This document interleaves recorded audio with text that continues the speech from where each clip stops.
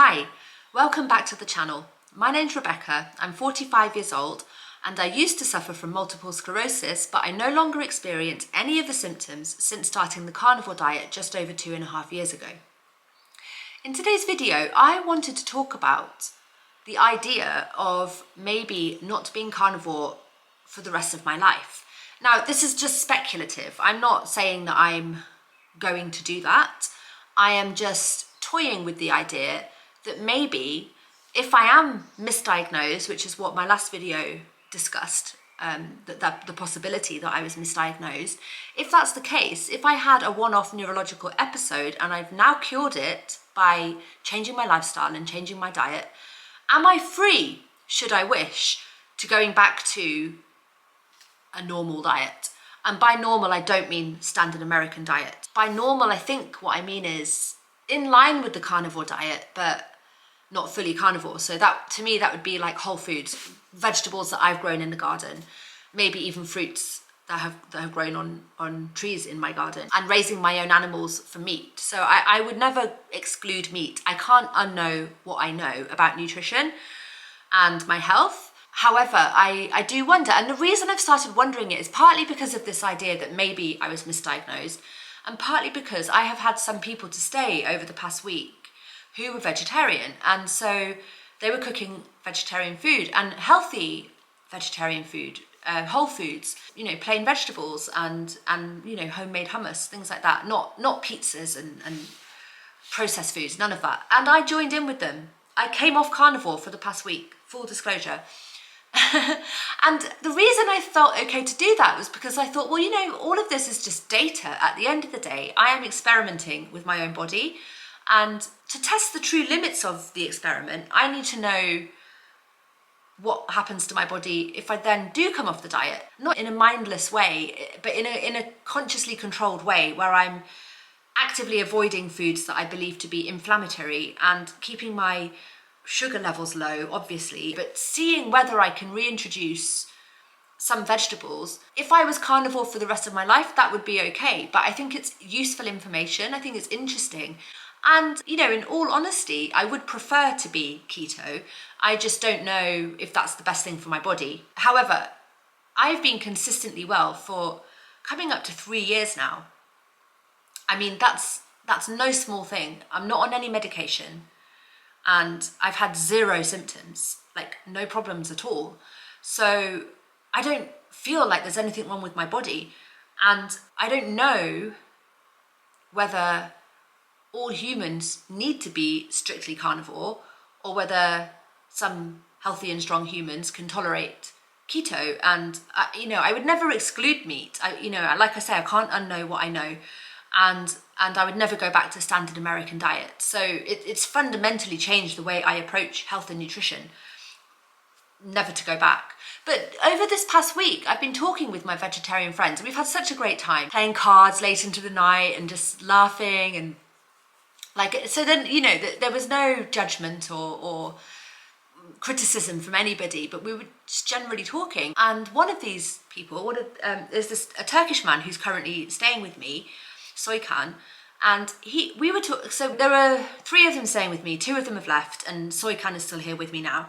And we stayed up late last night and we were talking, and he is vegetarian. So he said that the reason he's vegetarian is because he owned 200 plus sheep, and he reared them himself. He birthed lambs, you know, he slaughtered them himself, and he came to kind of feel sick of it, and like he just didn't want that anymore. And so he's become vegetarian. He also believes it's the best thing for his health. What he said to me was, your carnivore diet kind of means nothing until you're raising the animals and slaughtering them yourself. That is the true test of how carnivore you are.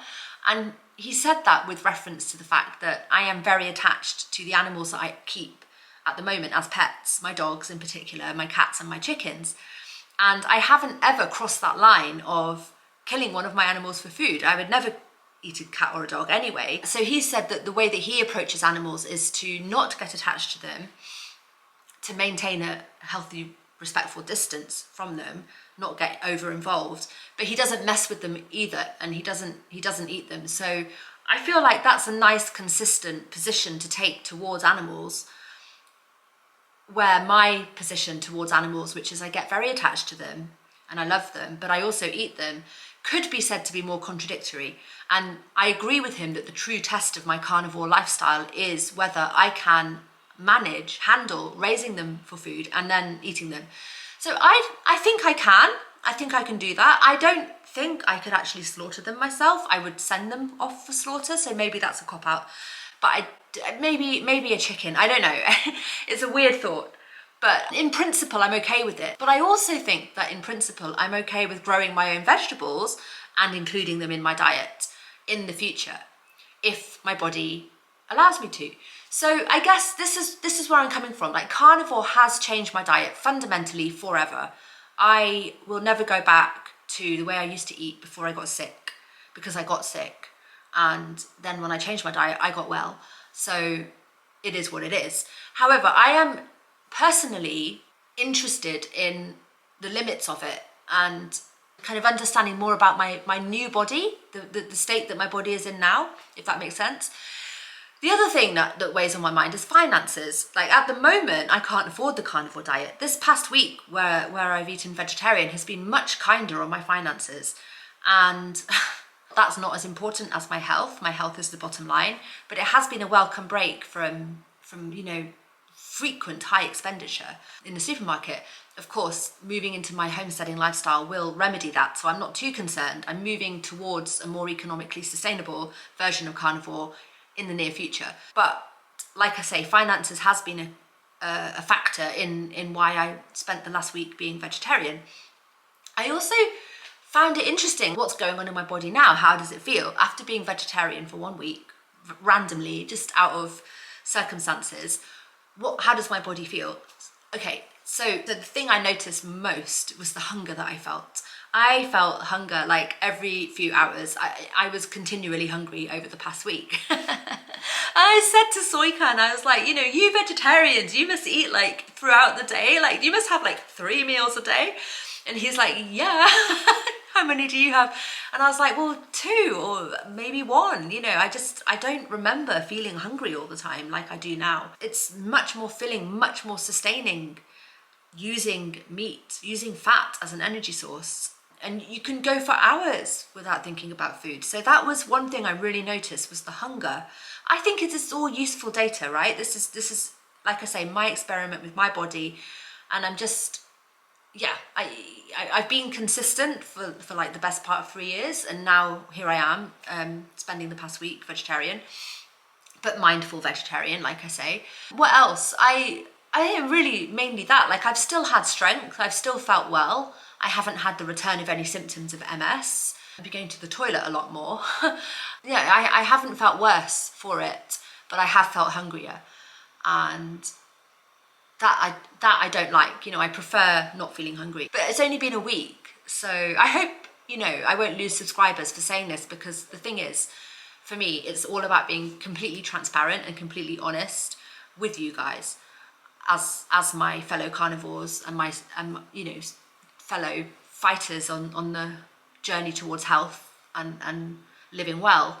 So what I'm hoping is that this is useful data, basically. And I want to know from you guys, what do you guys think about whether the carnivore diet has to be forever? Whether do you believe that it's 100% the only diet for humans, the optimal diet for humans, and therefore it should never be deviated from? Or do you believe that, some inclusion of, say, vegetables, pulses, things like that is okay in an otherwise healthy body? I would say, for a chronically ill person, like, the carnivore diet, true and proper, is going to give your body the best chance. That's the experience that I've had. And, I guess I stick to that. So, I can't unknow the way my body felt when I went carnivore. That was something so miraculous and has been consistent ever since, that I understand the power of meat, nutritionally dense, high-fat food, and excluding sugar completely. Because also, if I do experiment with non-carnivore foods, it would be non-carnivore foods that keep inflammation low and keep blood sugar low. Like, I wouldn't go back to being mindless, like I say, about food. So yeah, I've had this interesting week with these friends of mine, and I wouldn't even say I went off the rails, because it was like a conscious decision, and it didn't involve sugary food and refined carbs, you know, none of that. So yeah, yeah, that's my full disclosure. I went vegetarian last week, and I am wondering whether, if I am cured of my MS or my misdiagnosed condition, whatever it was, is the future open for me in terms of diet, bearing in mind what I've learned? And how do you guys think about it? Is it strict carnivore for life for everybody here?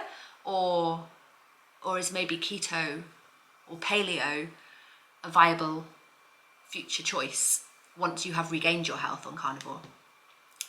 Let me know in the comments. I'd be very, very interested to hear. Take care, and I'll see you in the next video. Bye.